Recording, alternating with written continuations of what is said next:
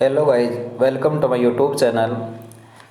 आज हम लोग डिस्कस करेंगे वो राजस्थान यूनिवर्सिटी के अंडर जितने भी यूनिवर्सिटी या कॉलेज आती हैं उनसे एमएससी फाइनल ईयर के जो स्टूडेंट जो रेगुलर हैं और जो नॉन रेगुलर यानी कि नॉन कॉलेज वाले जो स्टूडेंट हैं उनके लिए एमएससी फाइनल का जो मैथमेटिक्स का जो पेपर है उसको हम डिस्कस करेंगे।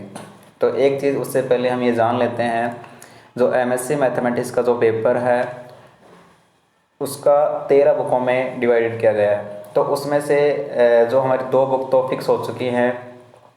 पहली जो बुक हमारा पहला जो पेपर है जो हमारा लगेगा वो एनालिसिस एंड एडवांस कैलकुलस का। सेकंड जो हमारा है विस्कस फ्लूइड एंड डायनेमिक्स का, जो आज हम डिस्कस करेंगे।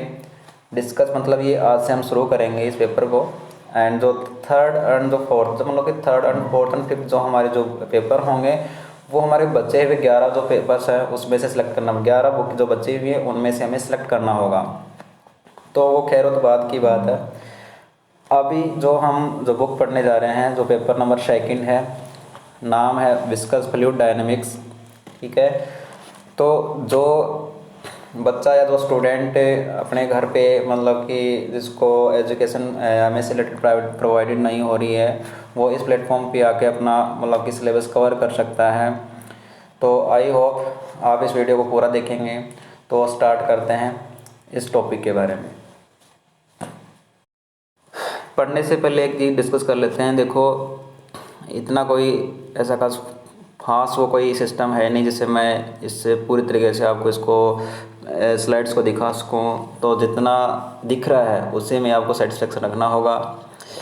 तो हम स्टार्ट करते हैं इस टॉपिक के डिस्कशन में। तो यूनिट नंबर जो फर्स्ट है उसके अंदर हमारा जो पहला जो टॉपिक चलता है वो है न्यूटन लॉ ऑफ विस्कोसिटी। ठीक है। तो पहला जो हमारा टॉपिक है न्यूटन्स लॉ ऑफ विस्कोसिटी। ये टॉपिक हमने पहले भी प्रीवियस क्लास में पढ़ा होगा, विस्कोसिटी क्या होती है और न्यूटन ने से रिलेटेड इस लॉ को हम कैसे आगे आइडेंटिफाई करें। तो देखो, इसके अंदर जो हमारा जो पहला जो टॉपिक है वो क्या कह रहा है कि हमारे पास 2 मोमेंट, यानी कि एक तो फिक्स हमारी फ्लूइड लेयर हो गई, यानी कि लेयर से रिलेटेड हमारे काम चलेगा। इसमें फ्लूइड लेयर्स हैं, ये हमारी 2 लेयर्स। पहली लेयर को हम फिक्स या स्टेशनरी कह रहे हैं एंड सेकंड जो हमारी लेयर है वो मूवमेंट में है। ठीक है। और वो किस तरह से मूवमेंट कर रही है, वो मूव कर रही है हमारी u वेलोसिटी से। ठीक है, इतना आपको समझ में आया। और दोनों दो लेयर के बीच का जो डिस्टेंस है वो हमने d डिस्टेंस मान लिया है। ठीक है। तो न्यूटन इस लॉ को किस तरीके से, विस्कोसिटी लॉ को किस तरीके से आगे इसको आइडेंटिफाई करते हैं। उन्होंने ये कहा कि जो टेंजेंशियल जो स्ट्रेस है, ठीक है, जो 2 लेयर्स के बीच में जो टेंजेंशियल जो स्ट्रेस है वो डायरेक्टली प्रोपोर्शनल होगा वेलोसिटी के एंड इन्वर्सली प्रोपोर्शनल होगा डिस्टेंस बिटवीन 2 लेयर्स के। ठीक है। तो ये आपको समझ में आया होगा। अब हम आगे चलते हैं एंड देन इसको हम टेंजेंशियल स्ट्रेस को हम टाउ से नोट कर रहे हैं। Tangential stress noted by tau and directly proportional to u and inversely proportional to d। जब हम यहाँ से प्रोपोर्शनल साइन को हटाएंगे तो यहाँ से हमारे पास न्यू हमारे पास एक नया कांस्टेंट आ जाएगा। तो ये हमने नोटेड कर दिया कि म्यू हमारे year a constant quantity. Okay. तो इक्वेशन नंबर इसको हमने फर्स्ट मेंशन कर लिया है। उसके बाद हमें ये देखना पड़ेगा जो स्मॉल हमारा जो v है, स्मॉल v मतलब यहाँ पे जो हमारी इनिशियल जो वेलोसिटी है, मतलब अभी जैसे हमने देखा था जैसे 2 लेयर हमारी हो गई जिसमें से पहली लेयर को हमने फिक्स कर लिया गया था और सेकंड जो लेयर हमारी मूवमेंट पोजीशन में, ठीक है, मूव कर रही है वेलोसिटी से। तो इसमें क्या होगा, जब ये वेलोसिटी जिस वेलोसिटी से अभी चल रही है थोड़ा बहुत इस वेलोसिटी में कुछ चेंज आएगा। ठीक है। तो उस चेंज को हमने क्या कहा है, स्मॉल u से नोट किया गया है। ठीक है। तो ये फॉर्मूला आपको रिमेंबर रखना होगा, याद रखना होगा, डायरेक्ट याद रखना होगा। तो small u is equal to capital U y upon d। ठीक है, यह भी याद रखना होगा। वह जो स्मॉल जो u है आपको ये इनिशियल वेलोसिटी होगा और जो कैपिटल U है वो हमारे पास जो वेलोसिटी से जो लेयर मूवमेंट कर रही है, जो मूव कर रही है वो वाली वेलोसिटी है। y हमारे पास यहाँ पे कंपोनेंट है and d is distance between 2 layers हो गए। ठीक है, फ्लूइड लेयर्स। उसके बाद हम क्या करते हैं, जो हमारी स्मॉल वेलोसिटी है उसको हमने डिफ्रेंशिएट करते हैं ठीक है, कि प्रत्येक जो हमारा फ्लूइड पार्टिकल्स है उसकी वेलोसिटी हमें आइडेंटिफाई कर सकें। तो उसके लिए हमने differentiate with respect to y के रेस्पेक्ट में इसको डिफरेंशिएट किया। ठीक है, तो हमारे पास क्या आ गया, capital you upon D diet बच जाए, क्योंकि वाई से हमारे पास डिफरेंशिएशन हो गया, तो ये हमारी इक्वेशन आ गया। अब हम क्या करेंगे, जो हमारा पहला जो इक्वेशन आई थी वो क्या आई थी, tau is equal to mu upon u upon d. तो जहाँ पे हम क्या करेंगे, u अपॉन डी की जगह d u upon d y कर देंगे। तो डायरेक्ट हमने ये यहाँ पे मेंशन कर रखा है। ठीक है, तो tau is equal to mu, यहाँ म्यू था, u अपॉन डी की जगह मैंने d u upon d y कर दिया। ठीक है, d u upon d y कर दिया। ये चीज़ समझ में आई। तो इसी इक्वेशन को हम बोलते हैं न्यूटन लॉ ऑफ विस्कोसिटी बोलते हैं। ठीक है, तो इसके बेस में न्यूमेरिकल आ सकते हैं, तो उनको आप कैलकुलेट इसी तरीके से कर सकते हैं। ठीक है, याद रखिएगा, tau is equal to mu d u upon d y. ठीक है, ये थोड़ा क्लियरिटी से दिख जाएगा, mu is equal to d u upon d y. Clear यहाँ तक। नेक्स्ट स्लाइड में हम आगे बढ़ते हैं। अब जो हमारा नेक्स्ट जो टॉपिक है वो क्या है कि जनरल जो मोशन ऑफ फ्लूइड एलिमेंट है उसका जनरल मोशन क्या होगा। जैसे कोई फ्लूइड, हमारे जो फ्लूइड लेयर है, उस फ्लूइड लेयर के अंदर जो एलिमेंट है, उन एलिमेंटों का जो जनरल जो मोशन है वो क्या होगा, उसको हम यहाँ पे कैलकुलेट करते हैं। मान लेते हैं हमारे पास 2 पॉइंट्स हैं, point number P, point Q। ठीक है, ये 2 पॉइंट हम ले लिए, अलग अलग पोजीशन पे हमने ले लिया इन पॉइंटों को। तो हमारे पास क्या होगा, point P and point Q। देखो यहाँ पे जो मोमेंट है पार्टिकल का, जो एलिमेंट का, फ्लूइड एलिमेंट का, वो कुछ अलग होगा, उसकी पोजीशन कुछ अलग होगी और इसकी पोजीशन कुछ अलग होगी। ठीक है, तो यहाँ पे हमारी जो पोजीशन होगी R होगी और यहाँ पे पोजीशन क्या होगी, R और डेल R होगी। ठीक है, यहाँ पे वेलोसिटी हमारी है U है और यहाँ वेलोसिटी हमारे पास U प्लस डेल या डी यू है, यानी कुछ वेलोसिटी में चेंज आ रहा है, राइट। एंड ईयर इसको हमने मान लिया पॉइंट O, जो 2 पॉइंट्स को क्या कर रही है, कनेक्ट कर रही है। इससे हम इनका रिलेशन कैलकुलेट करेंगे। तो हम बात करें वेलोसिटी की बात करते हैं, जो यहाँ पे स्मॉल चेंज वेलोसिटी के अंदर जो आया है उसको हम कैसे लिखेंगे, उसको हम लिखेंगे, तो स्मॉल चेंज जो वेलोसिटी के अंदर हुआ है उसको हमने इस तरह लिखा गया है। ये थोड़ा यहाँ पे मिस प्रिंट हो रहा है, इसको हम ऐसे लिखेंगे इसको थोड़ा हम ऐसे लिखेंगे del v upon del x, ठीक है, इंटू डी एक्स प्लस इस तरीके से आगे वाला टर्म, यानी कि क्या होगा, पहले ये वाला जो टर्म है del v upon del y into d y plus del u upon del z into d z, यानी कि जहाँ पे d x d y d z जो हमारे हैं एक कंपोनेंट्स है, इनकी तरफ हमारा रेट ऑफ जो वेलोसिटी का जो रेट ऑफ चेंज है विद रेस्पेक्ट टू कंपोनेंट्स वो हमने यहाँ पे इक्वेशन मेंशन कर दी है। ठीक है, इसके बाद हम आगे चलते हैं और यहाँ पे एक चीज़ और है, इस इक्वेशन को हम थोड़ा क्लोज लिखना चाहते हैं वेलोसिटी या आई कप के रेस्पेक्ट में। जो ऊपर हमारी जो इक्वेशन थी उस इक्वेशन को हमने इस तरीके से एक क्लोज फॉर्म में लिख दिया है, मतलब del v j upon del x i, यानी कि हमारी टेंसर जो क्वांटिटी है उस तरीके से हमने इसको नोट कर दिया है इंटू डी एक्स आई। ठीक है, ये हमने यहाँ पे नोट कर दिया। यहाँ पे हमारे जो आई है वो वेरी कर रहा है नेचुरल नंबर, एंड यहाँ पे जो एक्स आई या x1 जो कहलाएगा वो x कहलाएगा, x2 कहलाएगा वो y कहलाएगा, x3 कहलाएगा वो z कहलाएगा। ठीक है, तो उसके बाद हम क्या करते हैं, ये जो दी गई इक्वेशन है, मतलब इक्वेशन हमारे पास जो दिख रखी है del v j and del x i, जो इक्वेशन हमारे पास जो दी गई है इंटू डी एक्स है, इसको हमने क्या किया है कि 2 टर्म में तोड़ लिया। ठीक है, यहाँ पे 2 टर्म में तोड़ लिया, डी एक्स आई को बाहर ले लिया और इसको हम 2 टर्म्स में तोड़ लिया और टर्म्स हमारे क्या है हाफ हाफ में टूट गई है। ठीक है, इस तरीके से, इसमें कोई कन्फ्यूज़न नहीं होना चाहिए।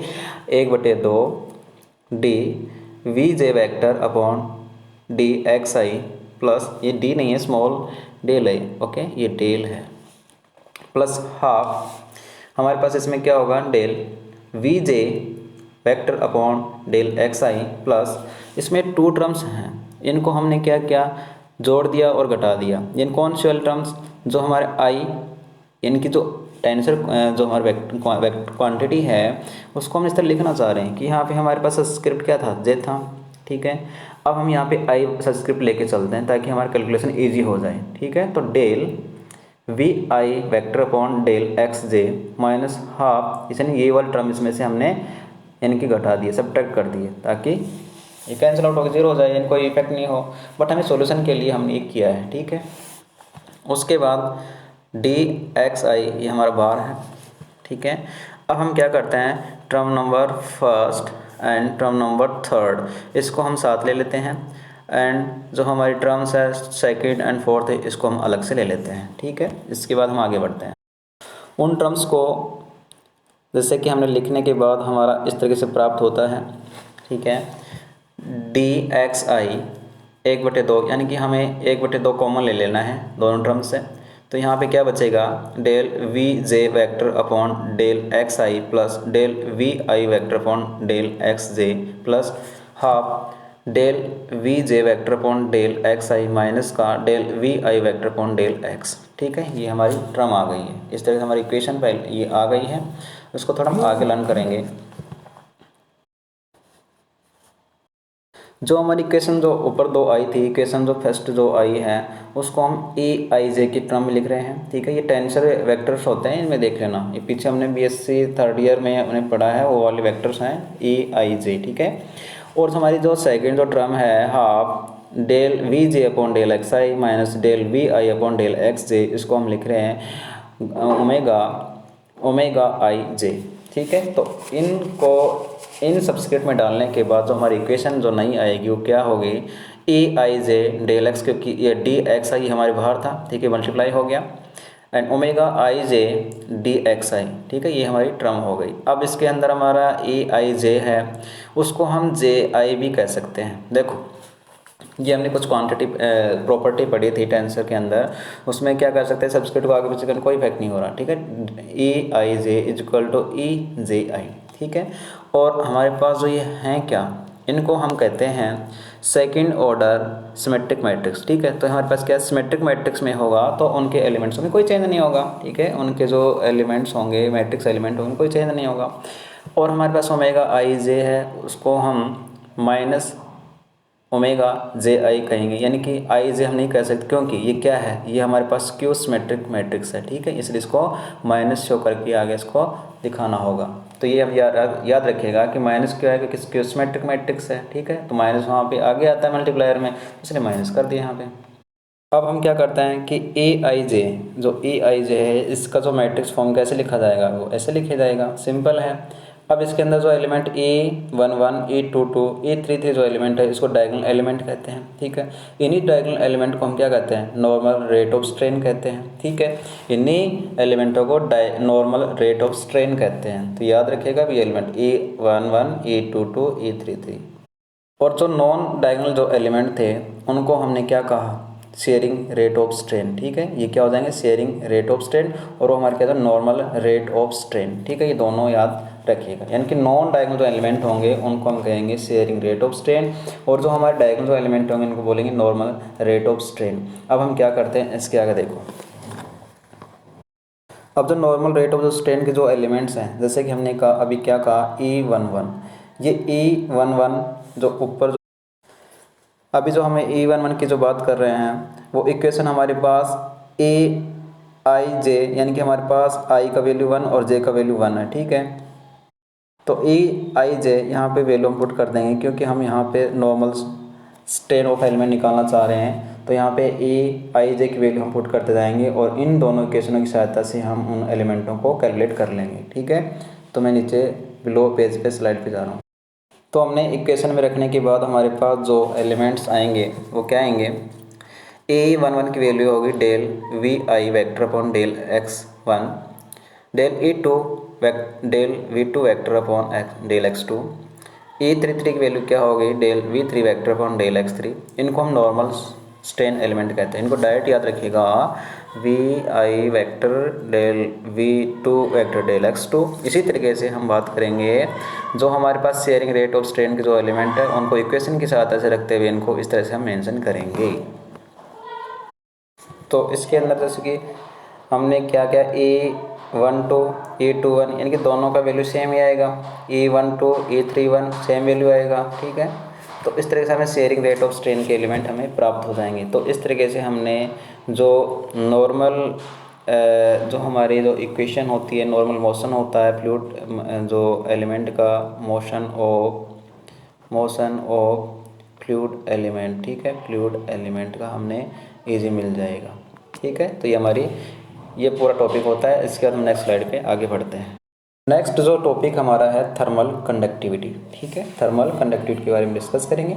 इसमें क्या होगा कि हमारे पास 2 लेयर्स होंगी, वही अगेन 2 लेयर्स में होंगी। उसमें पहला जो लेयर है उस लेयर का जो टेम्परेचर T1 है, सेकंड लेयर का टेम्परेचर T2 है।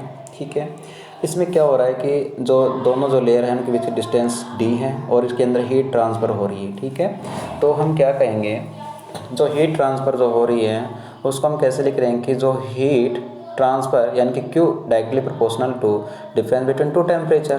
ठीक है, और हमारे पास क्या होगा, inversely proportional to the distance between them. तो इसको हम कैसे लिखेंगे, यानी कि जो heat transfer directly proportional to T1 minus T2 and जो हीट ट्रांसफ़र है इनवर्सली प्रोपोर्शनल टू D।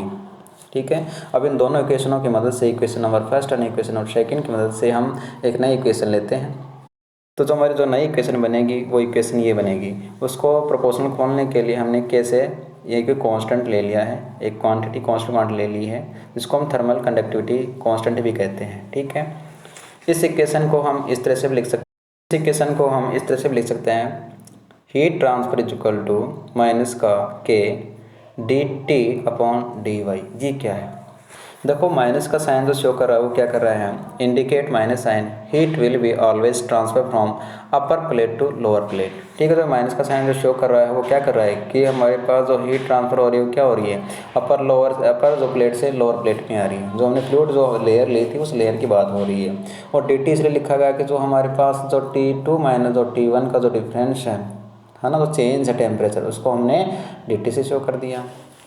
ठीक है, और हमारे पास जो डेल वाई है, जो dy है, ये हमारे पास क्या होगा, जो स्मॉल जो 2 एलिमेंट्स के बीच की जो डिस्टेंस है उसको ये शो करें, यानी कि रेट ऑफ, जो कहने का मतलब ये रेट ऑफ जो टेम्परेचर है वो change with respect to distance of 2 elements. तो ये हमारे पास सेकंड इक्वेशन होगी, इसको हम इस तरीके से भी लिख सकते हैं और ऊपर जो इक्वेशन आता है उस तरह भी लिख सकते हैं। तो हमने इस तरीके से 3 टॉपिक को कवर किया। ठीक है, पहला हमारा Newton law of viscosity, second हमारा general motion of fluid elements and जो थर्ड हमारा है थर्मल कंडक्टिविटी। तो इन तीनों टॉपिकों को हमने डिस्कस किया। आई होप आपको ये समझ में आया होगा।